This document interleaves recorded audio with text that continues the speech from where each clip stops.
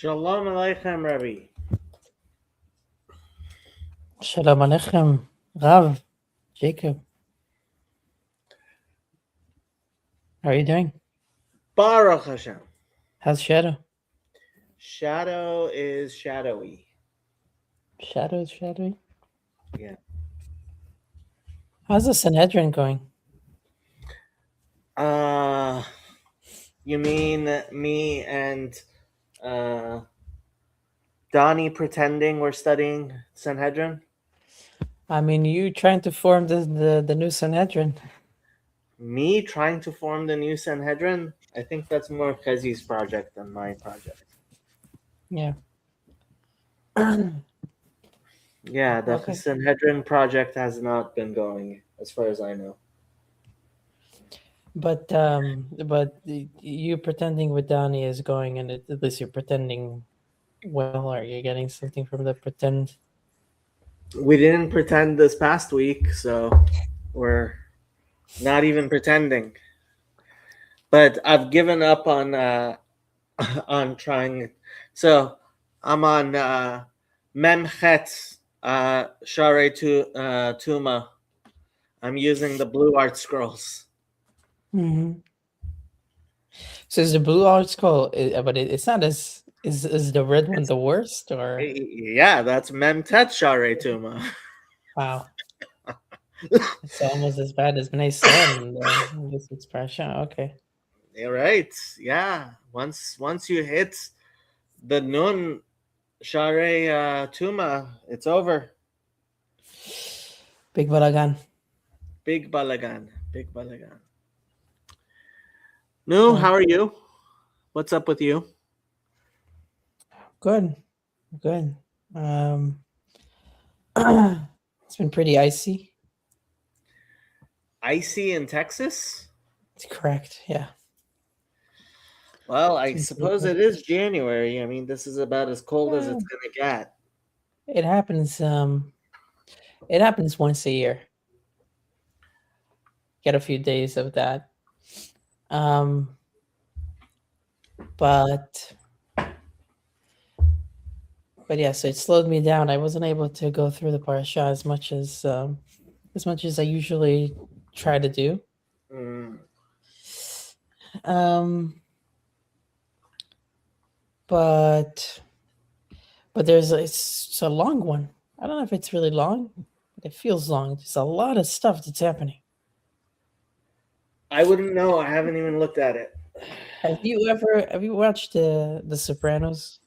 Yes. So I've had this I've had this experience with the Sopranos where I remember something that happened in the season, like Yeah. Ralphie dying or it's this happening and that happening. Yeah. And then when I end up watching the series again, Yeah. I realized that all like a bunch of stuff that I said, like this happened, this all happened in one episode. And I'm like, what the how is this even possible? That Uh-huh. all of this, it feels like a whole season. Right. This is with a lot of the parashot, this is the feeling that I get. Like, how is it that all of this happens all at once? Because we have Yamsuf, Yeah. we have the water dispute, not the worst one, but we have the man, and then at the end we have we have Shirat Hayam, which is also, I mean, there's a lot of stuff there. I probably won't get there, but I do want to. And then there's Amalek. I would love to go into that at the end. I don't This know. is the actual Parsha of Amalek. Yad al Keska Milchama Havaya Amalek Dor Dor. Yeah, I guess, yeah, it does say El Milchama. Yeah. So I guess we should probably start. We probably should.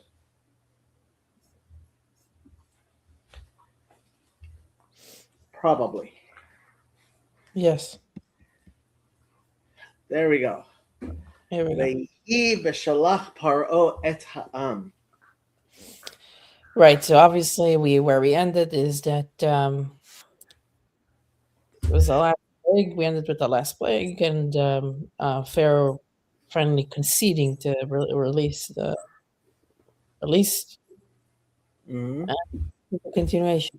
So I guess we'll do this, and maybe when we get to the end um, of our stream, then we'll jump to the end and see if we can look at Amalek for a second there, or really the just interested in the whole thing about Moshe and the hands going up and all that. Mhm. Okay, ready? Yeah. ויהי בשלח פרעה את העם ולא נחם אלוהים דרך ארץ פלישתים כי קרוב הוא. Mhm. כי אמר אלוהים פם ינחם העם בראותם מלחמה ושבו מצרימה. When Pharaoh sent out the people, God did not lead them by way of the land of the Philistines, Mhm. though it was close. For God said, lest the people regret when they see war and return to Egypt. Yep. Okay.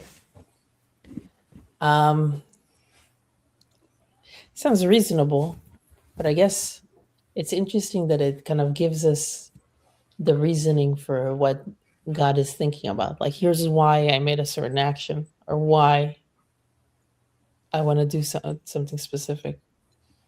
And Ki I amar think Elohim. it's a cute it's a cute whatchamacallit pun, which doesn't translate to English. Shalach V'lo Torah ta'am. nacham Elokim, right? He didn't send Yenachem. them, right? I don't remember that. Pen yenachem ha'am, right? You get the Yeah. the pun. ולא נחם אלוהים דרך עץ קרוב, כי אמר אלוהים פן ינחם העם. Yeah. Okay, so let's read this. Okay, so Rashi says ולא נחם נהגם, כמו לך נחה את. So he didn't guide them. Yeah. Nacham, right? Nach lahem. Lo nacham. No lach. Lo nach lahem. He didn't set them, right? ינחם בראתם מלחמה. And Yenachem, like regret. Yeah, Menucha. It's like that's a three-letter word, right? Yeah. So I mean, it's a cute little pun that, I mean, even in Hebrew you might miss it, but like it doesn't translate. Okay. So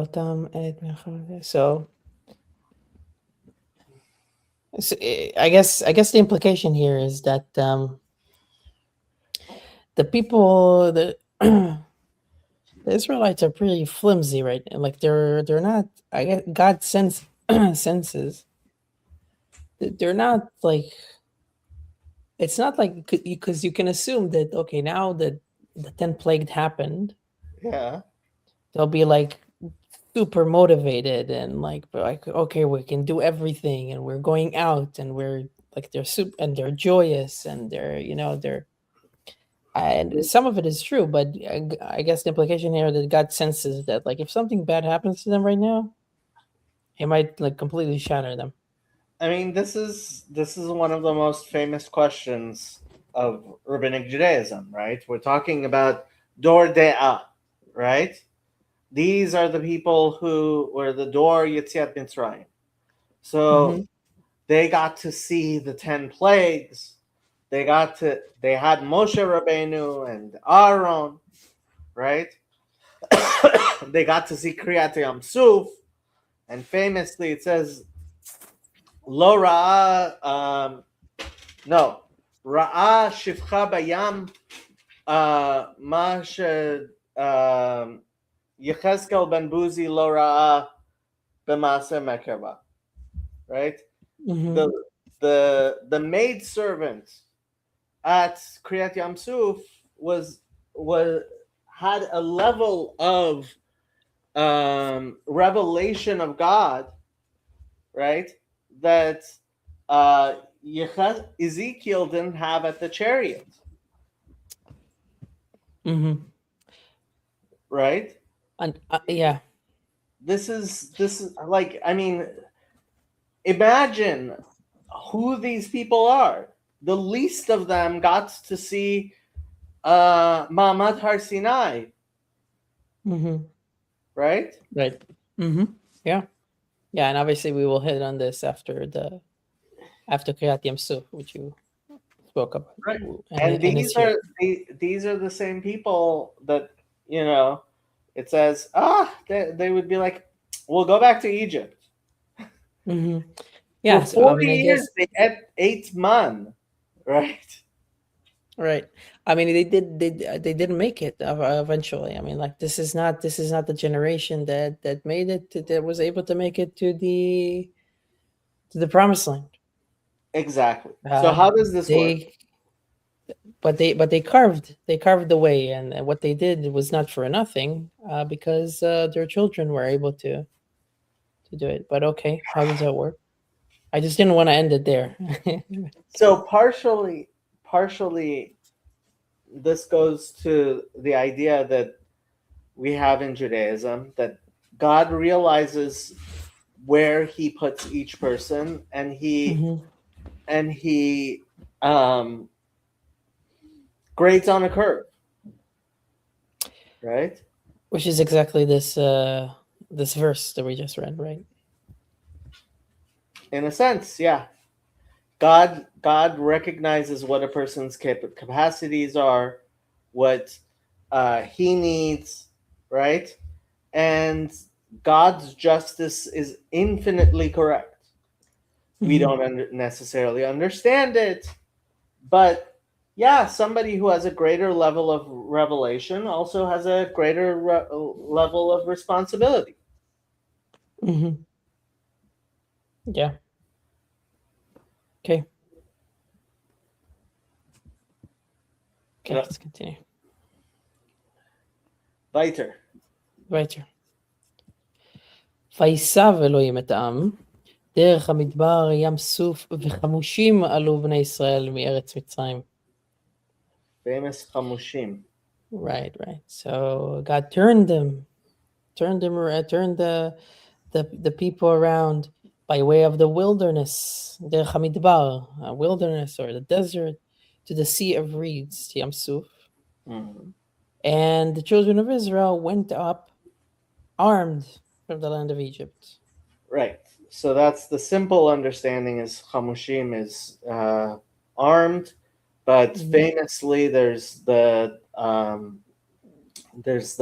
midrash that says, that understands that one out of five, or even one out of 50 of the Mhm. Jews were able to leave uh, Egypt, Were able, was it were able or even wanted to?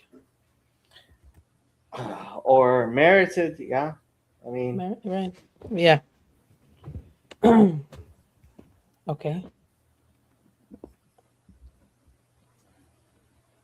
ויקח משה את עצמות יוסף עמו, כי השביע את בני ישראל לאמור, פקוד יפקוד אלוהים אתכם, והעליתם את עצמותי מזה איתכם. yeah. Chezi posted this on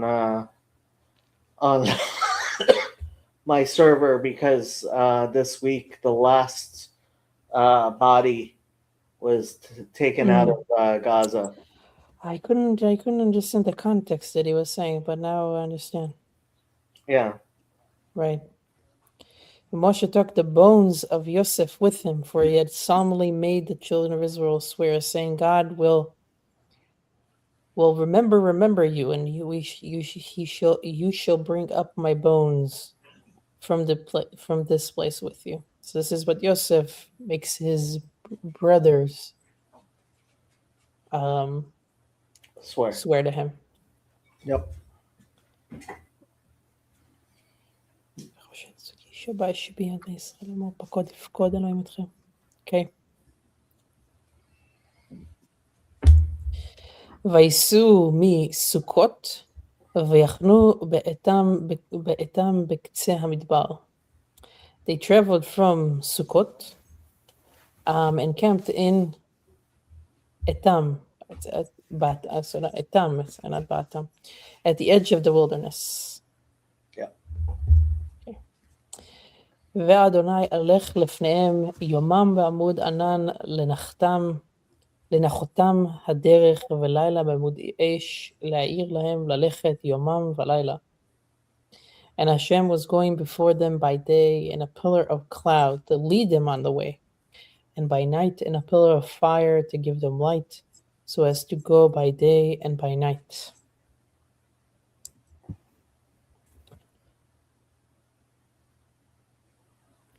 Interesting, okay.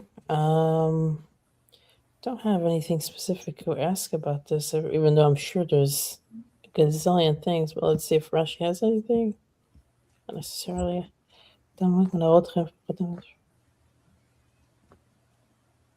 Okay. לא ימיש עמוד הענן יומם ועמוד האש לילה לפני העם. The pillar of cloud did not depart by day, nor the pillar of fire by night from before the people. Mm-hmm. Okay.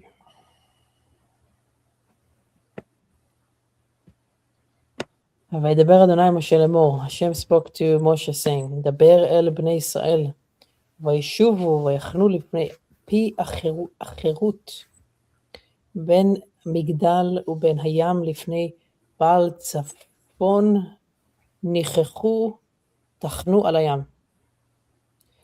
Speak to the children of Israel, let them return and camp before Pi HaCherut, between Migdol and the sea, before Baal Tzafon. You shall camp opposite it on the sea. So Rashi says, "Vayashuvu la'achorem." So he's gonna.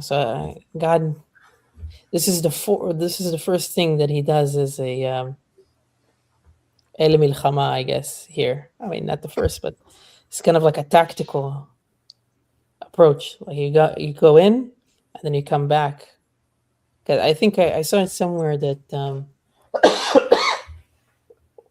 one way that you interpret this is that he wanted to show. I don't know if Rashi says it, but yeah, okay. So this is Rashi, right? So כדי להטעות את פרעה, שיאמר טועים הם בדרך, כמו שנאמר, ואמר פרעה לבני ישראל.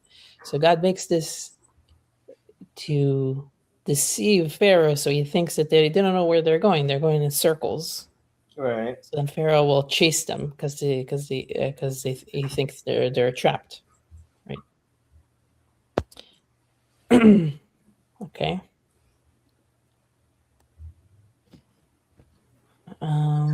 Okay. ואמר פרעה לבני ישראל נבוכים הם בארץ סגר עליהם המדבר.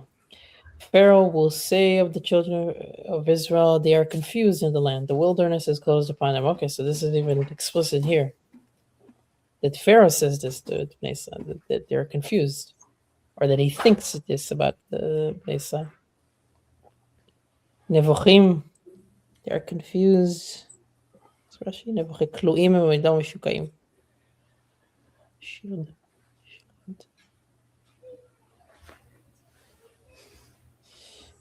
Okay.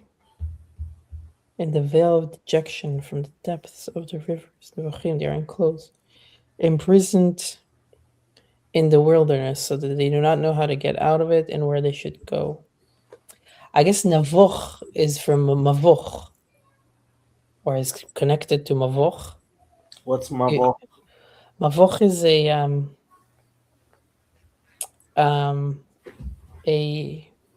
you know how you go to like a cornfield or like a maze? Maze, yeah. Oh, yeah. So, yeah. Navoch and Mavoch. Yeah, More Nevuchim. Mm-hmm. Yeah, I think maybe in Mesilat Yesharim, he also uses the word Navoch in a way that I remember that I was like, oh, it's like mavuch. Okay. Anyway, And that's where the word Nebuch comes from. interesting. Okay.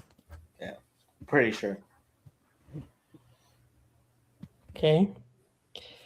וחיזקתי את לב פרעה, ורדף אחריהם, Ikhavda. יכבדה בפרעה בכל חילו, וידעו מצרים כי אני אדוני ויעשו כן. I will strengthen Pharaoh's heart so he will chase after them, and I will be honored through Pharaoh and all his army. And the Egyptians shall know that I am Hashem, that I am Hashem. They did so.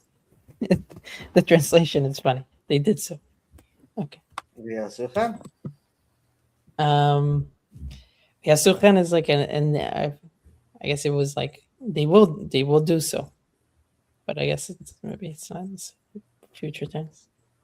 Well, I mean, yeah, Vav Mehapech. Mm-hmm.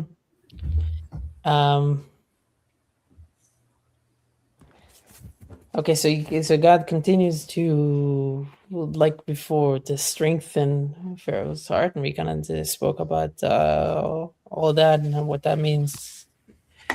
We did. Free will.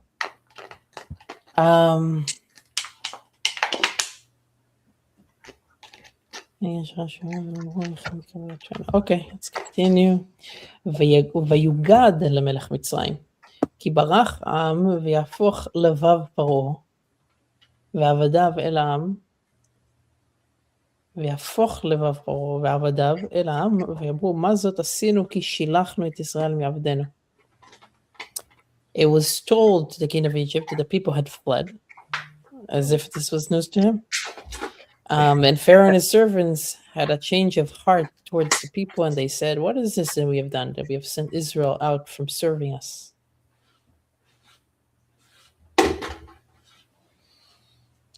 Yeah, so it's funny that it's like that they had fled. I mean, didn't he send them out? Why does it say that they've kibarach? Yeah, I mean, this is something that happens over and over again. It's kind of like, what, Pharaoh wasn't paying attention, the 10 plagues, well, interesting. It's very interesting that Rashi doesn't have anything on this. I would think that on barach specifically, he would try to define that for it. Like, why does it use that verb specifically? Well, also there's the idea Moses says that they'll go out into the desert for 3 days worship, but the idea he doesn't mention that they're actually going to leave, you know. Mm-hmm. Right. But then he says ויהפוך. Okay, yeah, it's very interesting. ומה זאת עשינו כי שילחנו את ישראל מעבדנו. It's all topsy-turvy over here. Okay. ויאסור את רכבו ואת רכבו ואת עמו לקח עמו. He harnessed his chariot and took his people with him. ואת עמו לקח עמו. משכן לקינו נתנו ממוננו שכון בו עמי ואני לא אתנה כשאר מלכים דרך עבדיו קודמים לך ואני אקדים לפניכם. אמר פרעה הקריב עצמו מיהר לפניכם את עבדך מלכים וזה בראש. Yes. Okay. So Rashi says that Pharaoh, this was like he led the charge. It's funny that he says that he took his people. So I guess maybe he took like a lot of different people. Or his select people. Well, Amo, I would think that Avadav would be his select people, no? Amo is like a lot of people. Yeah. ויקח 600 רכב, בחור וכל רכב מצרים ושלישים על כולו. He took 600 choice chariots and all the chariots of Egypt and captains over all of them. Okay. Continue. ויחזק אדוני את לב פרעה מלך מצרים וירדוף אחרי בני ישראל ובני ישראל יוצאים ביד רמה.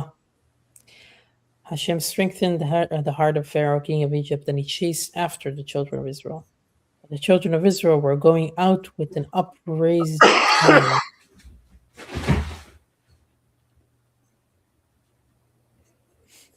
בגבורה גבוהה מפורסמת, רמה גבורה גבוהה מפורסמת, with much and renowned might they went out. וירדפו מצרים אחריהם וישיגו אותם חונים על הים, כל סוס רכב פרעה, פרשה וחילו על פי החירות לפני בעל צפון. The Egyptians chased after them all Pharaoh's horses and chariots, his horsemen and his army, and overtook them camping by the sea at פי החירות before בעל צפון. ופרעה הקריב ויסעו בני ישראל את עיניהם. והנה מצרים נוסע אחריהם ויראו מאוד ויצעקו בני ישראל אל אדוני. Pharaoh approached and the children of Israel lifted their eyes. And behold, the Egyptians were traveling after them. They were very afraid, and the children of Israel cried out to Hashem. So Pharaoh comes closer.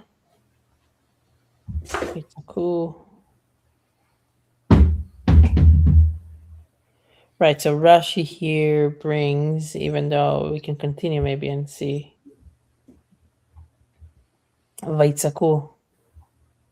There's like four different things that they did, right? Is this what he's bringing here? Yeah, this is famous Sikha the Rebbe has on.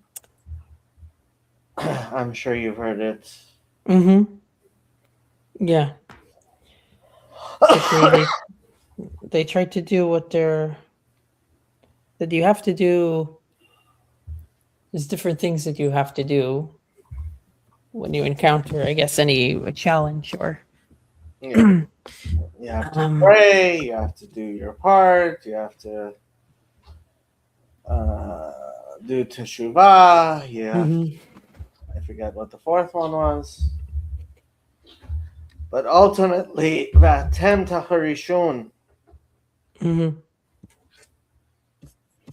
Okay. You hear that? Tacharishun. Tacharishun. Shut up. Well, that's what. Yeah, okay, that's what he's gonna. So here they're ויצעקו. ויאמרו אל משה, המבלי אין קברים במצרים לקחתנו למות במדבר. מה זאת עשית לנו להוציאנו ממצרים? This is always my favorite. Like, so they said to Moshe. They said it's for comedy.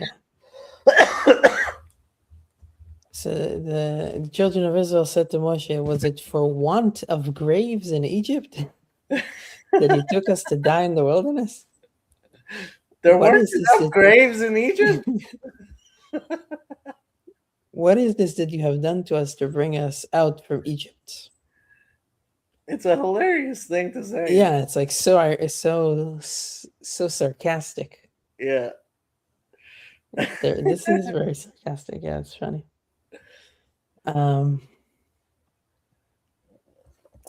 הלא על זה הדבר אשר דיברנו אליך במצרים לאמור חדול ממנו ונעבדה את מצרים כי טוב לנו עבוד את מצרים עם מותנו במדבר. Is this not the thing that we spoke to you? I guess when when Moshe and Aaron went to Pharaoh for the first time, Pharaoh made it harder for the children of Israel, obviously, made it harder for them. So they went to Moshe and they said, what are you doing? What are you? And I can see how you can also say that this is even Dotan and Aviram. They're according to the Midrash, right? Where they hear, they tell them, didn't we ask you who put you as a leader over us? Right? We already told you, don't tell us why did you make us go out? Anyway. וכאן דיברו יראה השם עליכם וישפוט. Hey, maybe he's bringing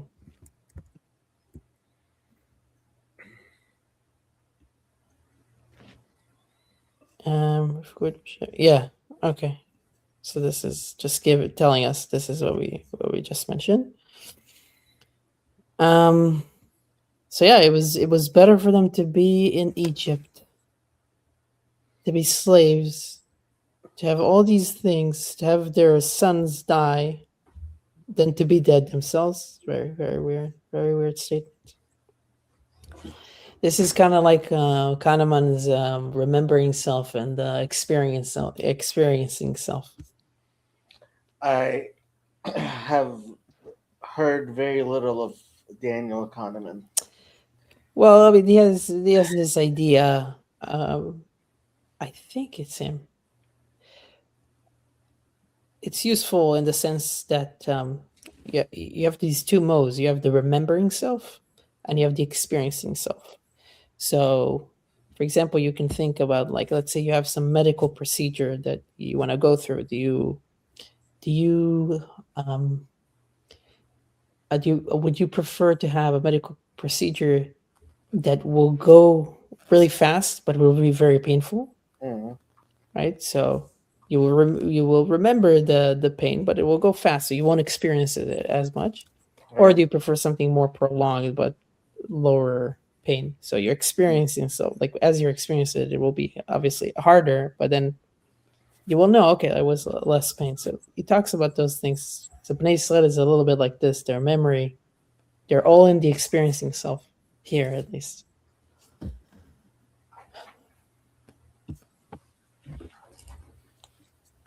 Vayomer, wait, where are we?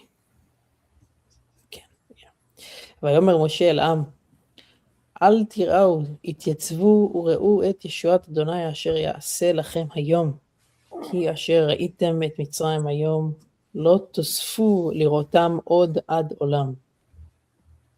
Moshe said to the people, do not be afraid.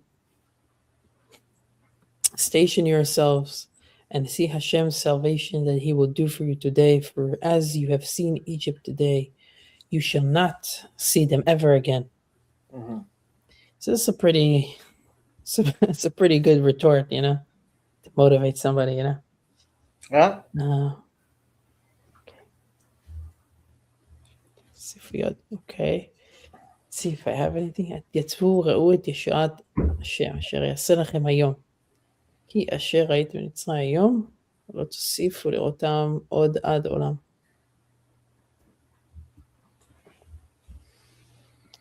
התייצבו.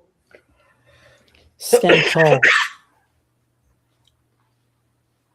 Yeah. Okay. אדוני ילחם לכם ואתם תחרשון. Yeah. Hashem will fight for you and you shall be silent. Yep. Tacharishun. It's funny. Does this conflict though with the story of Nachshon ben Aminadav? I mean, in a sense, maybe a little, yeah, because he jumps in, right? Mm-hmm. Yeah. So the Tacharishun is it? Maybe there's a way to see it that it's not about not taking action, not being proactive. It's, the way that the children of Israel spoke is obviously not the best way to voice your to give feedback or to ask for, okay, what's happening? Can you tell us, like, why are we seeing, like, even if they just said, like, can you explain to us, like, can you? No, this is how you know they're Jewish. They start with the sarcasm. There weren't enough graves in Egypt. Yeah. Okay. ויאמר, this is also fun. ויאמר אדוני אל משה, מה תצעק אליי? דבר אל בני ישראל וייסעו. Hashem said to Moshe, why do you cry out to me? Why, or really, how I would translate it is, why are you shouting at me? Yeah. speak to the children of Israel and tell them to go. Right. So so I don't see it here from Rashi. Maybe it brings somewhere else, so I don't know where it's from. But maybe it's also the Rebbe that there's the four different groups. Yeah, the ones that were praying, or maybe it's the same thing, right? That's, The that's from, ones yeah, that are, that's from the Rebbe, although he might bring it from someplace. I don't know. yeah, the people that are praying, or the people that say that let's jump to the water and drown. Yeah. The people that say let's go back. It's Right? one of the most famous sichas of the Rebbe, although I mean I don't remember it all that well, but I've heard it Yeah. many, many times. I wonder if we went through it at some point. I don't know. I don't think so. I don't think I've ever learned it inside. Okay. Um.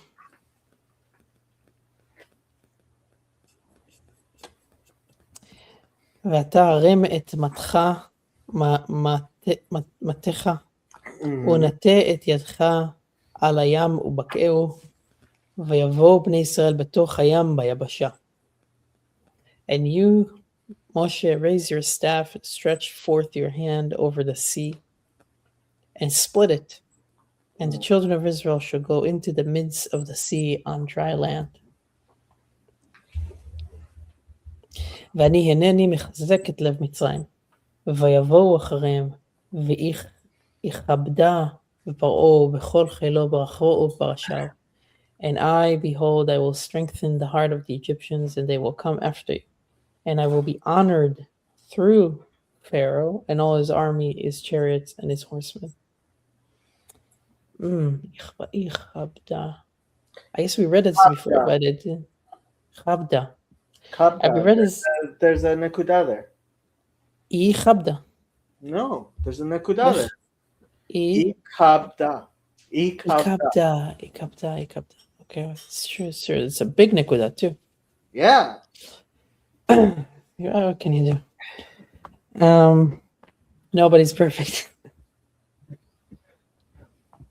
So I didn't notice that it's right. Then this Rashi was saying it, but it didn't dawn on me that he's saying here that I will be honored through what is happening here. Yeah. To them, which is it's tough to read this. I mean, you can ask an honest question like, why does God need all these people to die in such a way in order to be glorified? Yeah, I mean, there's a reason why this is famous, um, the famous example Calvinists give, right? They're like, no, God, for His glory, there are people who will go to eternal destruction.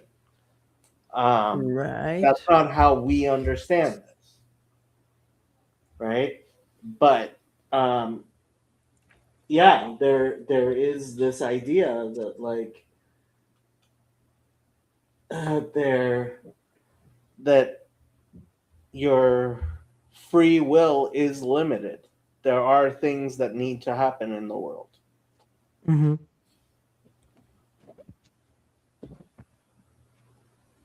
Right. And we will only truly understand it eventually when we see it from in retrospect. Mm-hmm.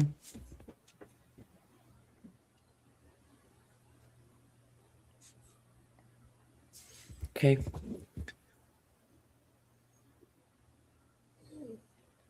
So, I guess let me bring this because I mean it's curious. It reminds me of this anecdote of a Muslim perspective, which might be a what do you call it? A straw man, but of the woman that goes into the shuk, into the market in Yerushalayim, and She goes there every Friday, and in the market in Yerushalayim, she goes to the Muslim quarter to buy stuff. She Mhm. goes there every Friday. But one week is there's a lot of stuff that's it's happening. That's there was there was um there was conflict in the city, so it's heated up. So she decides not to go there Mhm. that week, and then the week after she goes again. And when she goes, she sees one of the shopkeepers, the Arab shopkeepers, Muslim shopkeepers there, and he asks her, "Why weren't you here last week?" And Mhm. he tells him, "Well, it was there was commotion, and I didn't want to risk it. I just wanted to be safe, so I decided one week I won't go out to the shuk, the market. I don't." And he said it's so funny, and she's a religious woman. Sorry, I forgot. She's a religious Jew. So he asked her, "It's so funny. I would think that you believe in God. You have so much faith. If something's gonna happen to you, it's gonna happen to you. Why are you afraid? Mhm. What's So this was I don't know if you told me this, um, but this was presented to me as if to say, in Islam you have it's much more um, avid, a servant in terms of giving yourself, Mhm. um, right? Um, This sounds giving like give a Hezi story. It might be a chazi story. I'm thinking about it. Yeah. Um, so I don't know if there's something in there. Um, if it's connected and how obviously we were just talking about this paradox or this very hard like very thin line between some things are going to happen and we nistawad al Hashem, but obviously somebody needs to rush into the water or we still need to rush into the water. Yeah. So anyways, I understand it's a struggle to figure that out. um So, I mean, ultimately, it goes it goes back to the famous midrash with I think it was Rabbi Akiva that a Greek Roman general goes to him and says, "What is greater, the works of God or the works of man?" mm-hmm.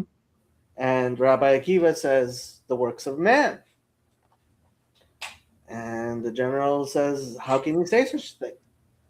He Right. says, "Go bring me some wheat." And so brings him some wheat.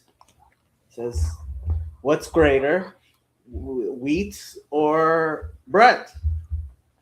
And then he says, "Go bring me some grapes. What's greater, grapes or wine?" Right? And the general says, "Ah, you caught me. I was going to. I wanted to prove to you that circumcision is wrong, and I wanted to show you that God creates perfectly." Mm-hmm.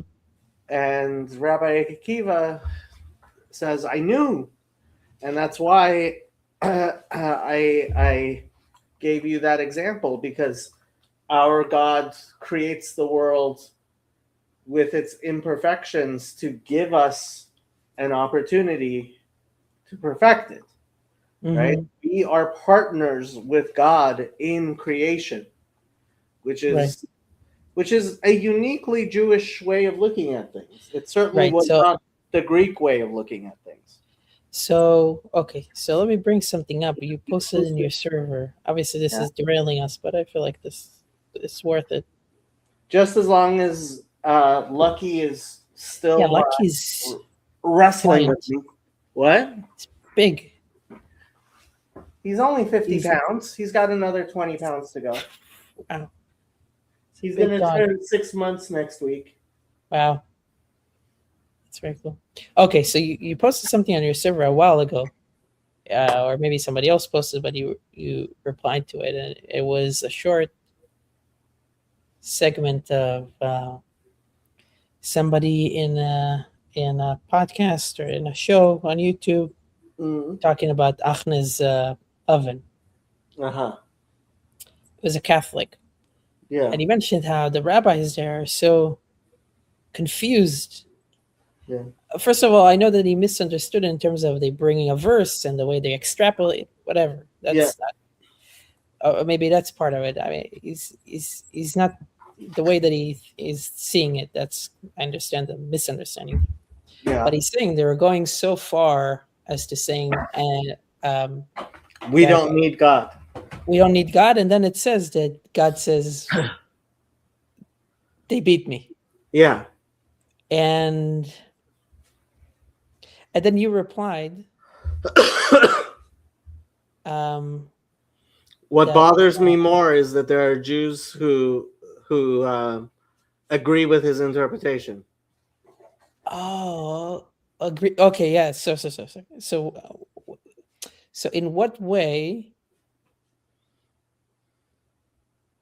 I don't know how to ask this, but why did you say that? Because like you just said that God creates the world imperfectly and we're partners in the creation. So Right. we could We're take partners because God gives us that opportunity, right? So famous mashal analogy that Rabbi Breitowitz makes, which I've many times quoted. It's one of my favorites. oh yeah Right? yeah I walked with this with Chazi too. I told him about this You told him with the that cake this one? with the Okay, cake. new, you say No you got to get this. it. I'm not gonna take it from you, but So if you want to make a birthday cake and you want it for your kid, right? If you want to make it perfect, right? You go and you buy a professional cake. And if you don't want, if if you want to make it more special, you make it yourself, right? But you don't make it with the kid, because that's if the whole object is to make the cake as well as good as it can be, right? But what do we do when we want a cake to be very, very special?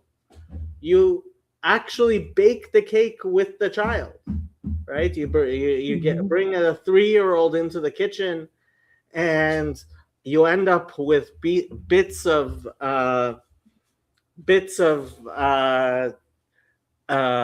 egg shells in the cake, and the cake comes Mhm. out a little crooked, and it's certainly not perfect because you made it with Mhm. a 3-year-old, right? Yeah, But somehow that cake is even more special than if you had gone to a professional baker and had a baker bake the cake, right. right? So in a similar manner, right? God, God is in a kaviyachol, as if it's possible, right? He's baking the cake with us, because the point isn't the cake. The point isn't creation. The point is God's relationship with us, His kids. Right. So this person, Yeah. the mistake that he made is misinterpreting the relationship. He saw it as antagonistic. The rabbi is saying, "We don't need this anymore. We don't need this batkol." And God saying, "Oh, they won. They won. I lost." Right. No, the relationship is parental. The rabbis say He gave us something so that so we have the power to create with Him and to Right. do this and to take ownership, right? Because And we and are the and children, the words there is chayech.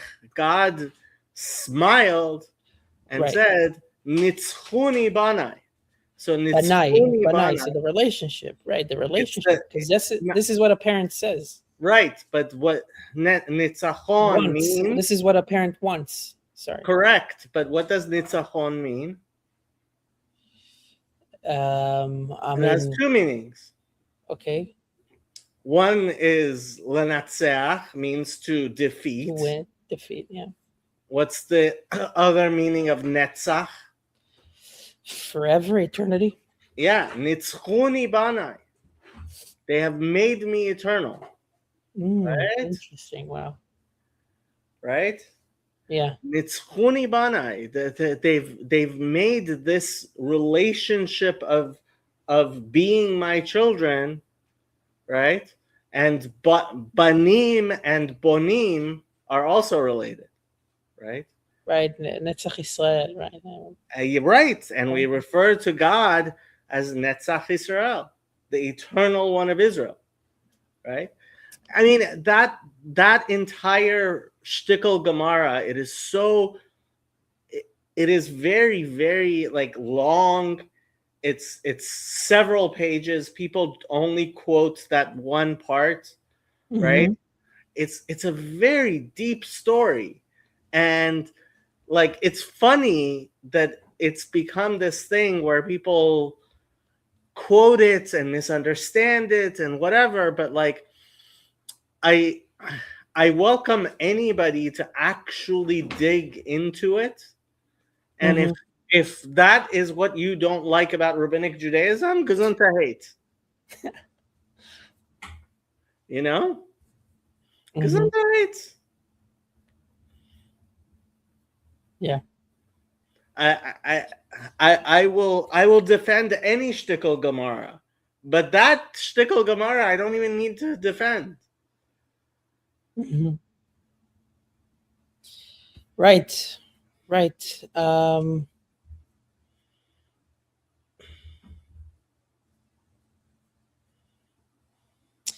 ויאמר אדוני אל משה, מה תצעק אליי?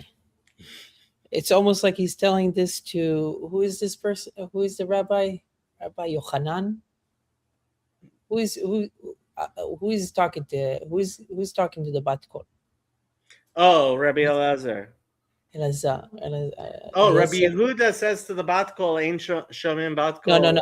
Right? Sorry. Who's the rabbi that Who is tells calling the the bat kol? That's Rabbi Elazar. Eliezer? Eliezer or Elazar, one of the two. Okay. Yeah, he was whatchamacallit, he was Rabbi Akiva's teacher, and he Mm-hmm. was Rabban Shimon ben Gamliel's brother-in-law. Right. He Okay. was married to Ima Shalom. Ima Shalom. Interesting. I didn't know that. Okay. You didn't read the entire story in the Gemara there. Hello, Ima. No, I did not. Where is it, by the way? I actually have it. So when I spoke with Because I was reading Father Stephen Pesachim. the first time, I made a resource sheet. Okay. I was reading Pesachim. Yeah. And it felt like it was about to come, because he was talking a lot about koshering and all that, and I was like, "Ooh, we're gonna get we're gonna get to Achna's oven," and I've never read it before, but I don't know if it's there. Where's my sheets? Why are my sheets not showing up? They changed the sheets. It's now Voices and Safari or something like that. It's on another like sub-site in Safari. Where's the stuff I made so many things? It's all in a different way. You need to go to Voices in Safari. If you go, I think on the right top, there is like, they changed a bunch of stuff. Anti-Semites.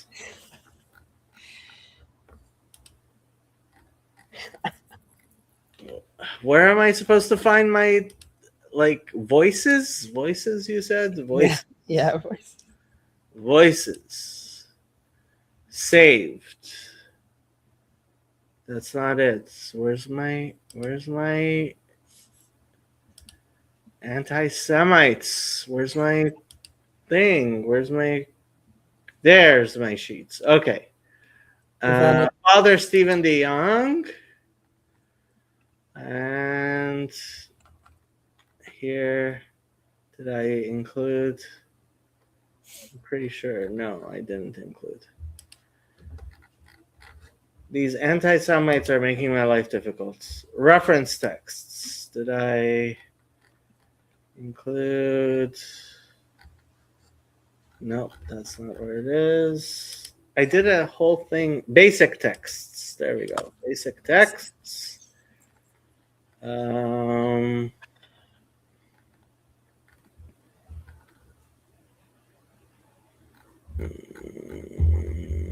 Nope, that's not it either. Where's Avan of Achnai? Oh, there's Avans of Achnai. Here. Baba Metzia Nun Het Amud Bet Wow. from Wow, Vav. Metzia. Yeah, Wow. I would think not so. have guessed.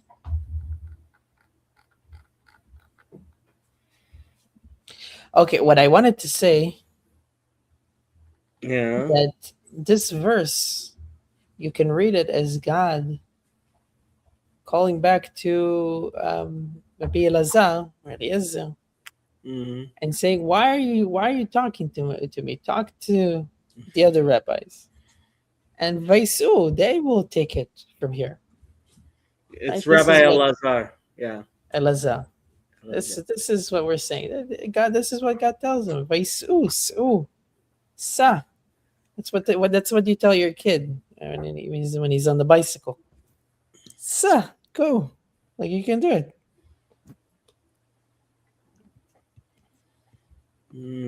Where was the thing?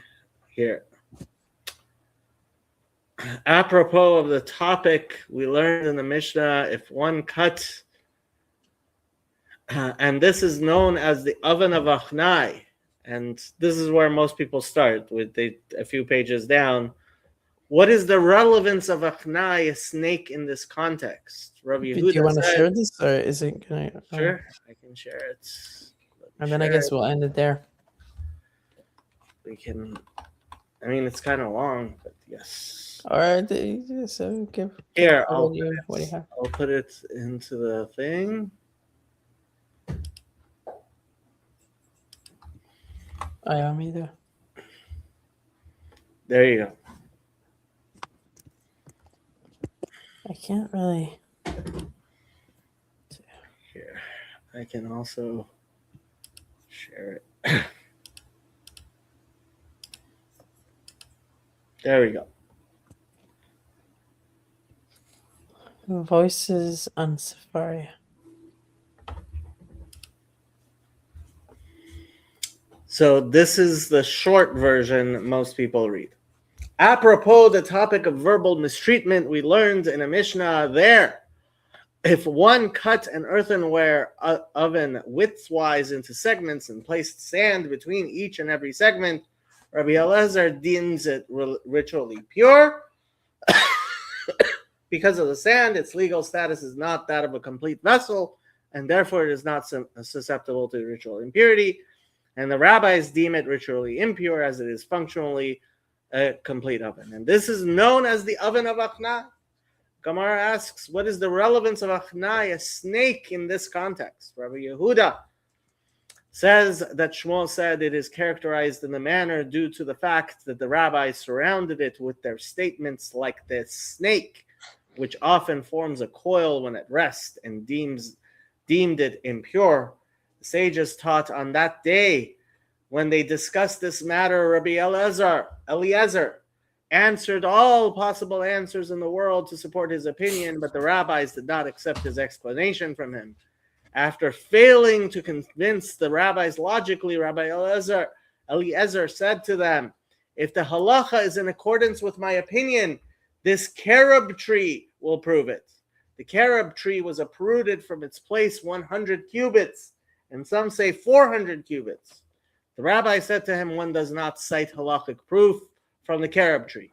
Rabbi Eliezer then said to them, if the halacha is in accordance with my opinion, the stream will prove it.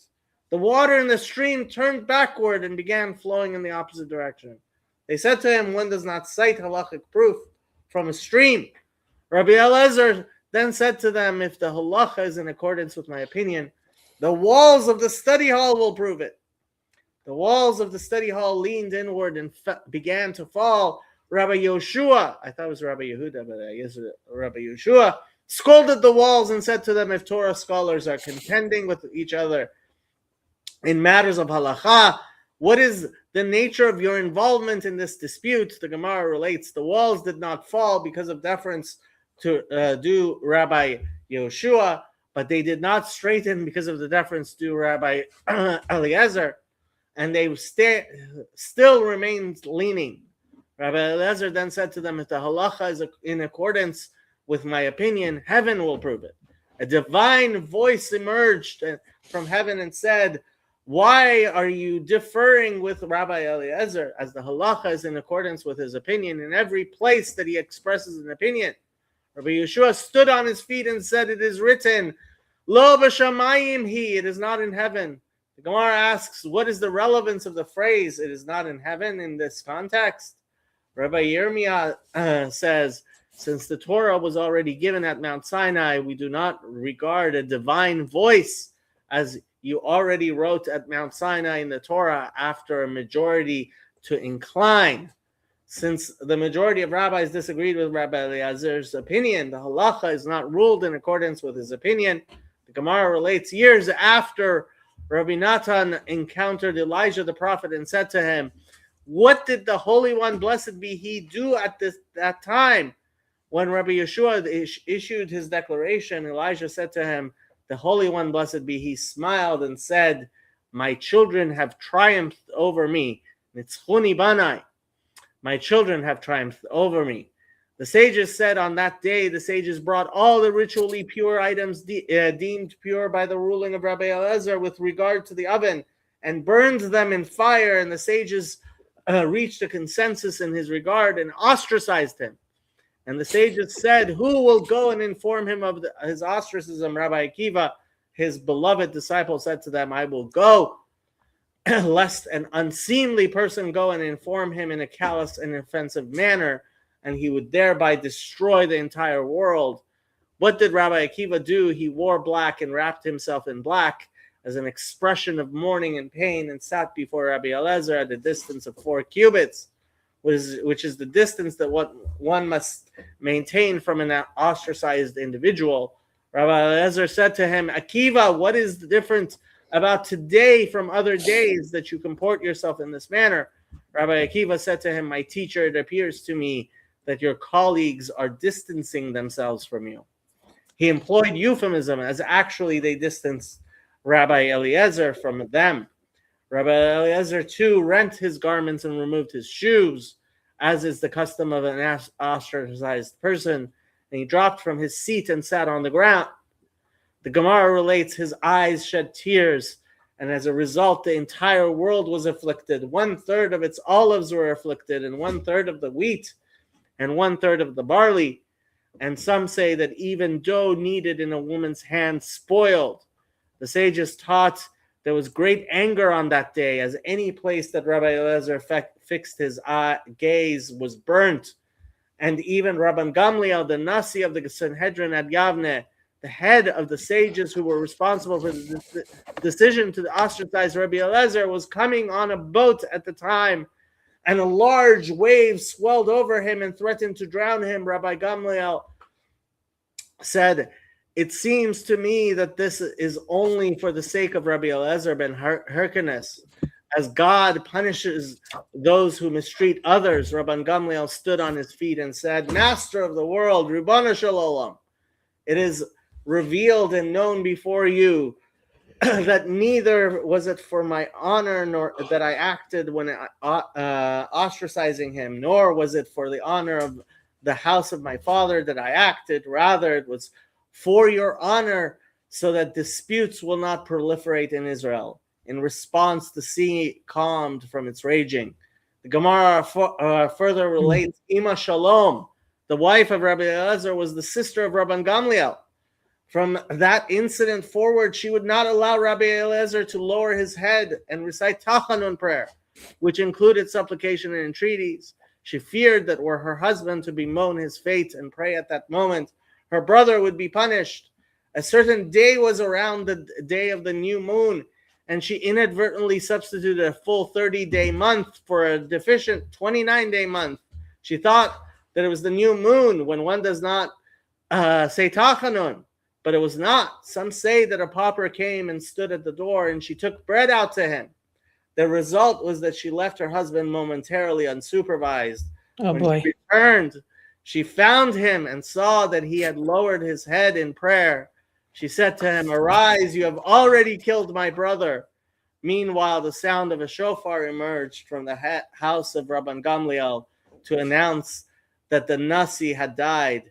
Rabbi Eliezer said to her, "From where did you know that your brother would die?" She said to him, "This is the tradition that I received from the house of my of the father of my father. All the gates of heaven are apt to be locked, except for the gates of prayer for victims of verbal mistreatment." That's where the story actually ends. Yeah. Got it? Don't mistreat people. Mm-hmm. And never let your husband say tachanun if your brother is the Nasi. Don't leave him unsupervised. Yeah. It, a woman named Ima Shalom should never leave her husband unsupervised. Yeah. There are many interesting stories about Ima Shalom in the Talmud. Interesting. Yeah. New character to learn about. Ima Shalom? Yep. Mm-hmm. She's a very interesting character. She and Bruria. Buria, I know. Yeah, I know. I didn't know about Ima Shalom. Ima, hello. Mother, hello. Mother of Peace. Mother of peace. Yeah, Ima Shalom. She's actually, is she? No. Was she related to Rabbi Meir? Bruria was Rabbi Meir's daughter, I believe. No, it was his wife. No. His wife? Maybe his wife. Yeah, his wife. Okay. No, thank you. Thank you very much. Yeah. We're going to end the stream there. Later, Mhm. people.